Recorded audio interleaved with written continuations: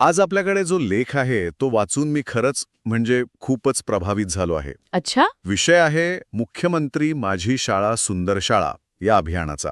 आणि त्यात सांगली जिल्ह्यातल्या कळंबी नावाच्या गावातली एक शाळा, अजितराव घोरपडे विद्यालय, अक्षरशः कमाल करते. हो, मी पण वाचलंय त्याबद्दल. या शाळेने यशाचा जणू काही एक फॉर्म्युलाच शोधून काढलाय. तो नेमका काय आहे हे आज आपण जरा समजून घेऊया. आणि हे यश असं वरवरचं नाहीये.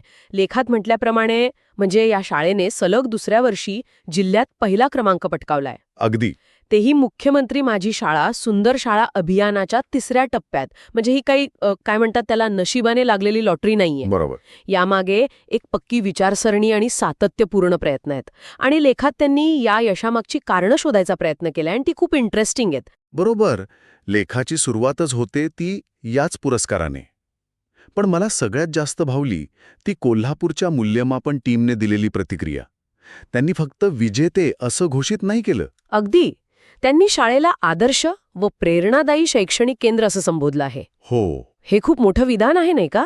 आणि त्यांनी विशेषतः शिक्षकांच्या टीमवर्कचं कौतुक केलं, हे महत्वाचं आहे. म्हणजे यशाचा पाया हा मजबूत टीमवर्क आहे. हो. याचा अर्थ असा असू शकतो की तिथे प्रत्येक शिक्षक फक्त आपला विषय शिकवून मोकळा होत नाही.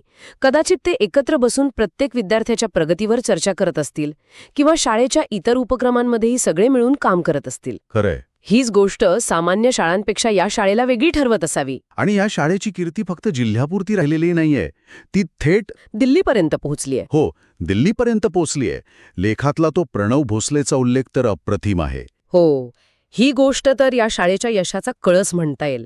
शाळेचा एक विद्यार्थी प्रणव, तो थेट पंतप्रधानांशी परीक्षा पे चर्चामध्ये संवाद साधतो. विचार करा.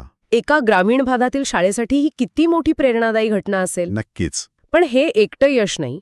लेखात पुढे म्हणलंय की स्वच्छ व हरित विद्यालय म्हणून राष्ट्रीय मूल्यांकनासाठी शाळेची निवड झाली आहे. अच्छा. आणि इंटरनॅशनल बुक ऑफ वर्ल्ड रेकॉर्ड्समध्येही शाळेची नोंद आहे. म्हणजे एका बाजूला आंतरराष्ट्रीय रेकॉर्ड आणि पंतप्रधानांशी संवाद, हो, आणि दुसऱ्या बाजूला शाळेचं जे मूळ काम आहे म्हणजे अभ्यासातली कामगिरी, तिथेही ही शाळा कमी नाही. तिथे तर आकडे आणखीनच प्रभावी आहेत. तेच ना. नक्कीच. सलग 15 वर्ष 10वीचा 100% निकाल. 15 वर्षे. हो. हे ऐकायला सोपं वाटतं, पण हे सातत्य टिकवणं प्रचंड अवघड काम आहे. खरंय. आणि फक्त 10वीच नाही तर NMMS परीक्षेत गेल्या 5 वर्षांत 60 विद्यार्थ्यांची निवड झाली आहे. एक मिनिट. NMMS परीक्षा म्हणजे ती राष्ट्रीय स्तरावरची हुशार पण गरजू विद्यार्थ्यांसाठीची शिष्यवृत्ती परीक्षा. बरोबर. अगदी बरोबर. आणि त्यातही ही शाळा आघाडीवर आहे. हे विशेष आहे. आणि इथेच लेखातला तो गुणवत्तेची चळवळ हा शब्द महत्वाचा ठरतो. अच्छा. याचा अर्थ फक्त चांगले मार्क मिळवणं नाही.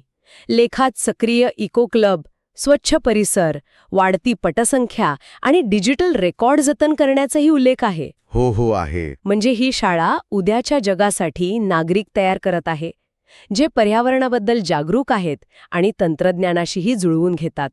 ही खरी गुणवत्ता. केवळ पुस्तकी ज्ञान नाही. खरंय. आणि लोकसहभागातून मॉडेल स्कूल साकारलं हे वाक्य लेखात आहे. हो. म्हणजे समाजही या शाळेसोबत तितक्याच ताकदीने उभा आहे. मग या सगळ्या चर्चेतून आपण काय शिकायचं? मला तर असं वाटतंय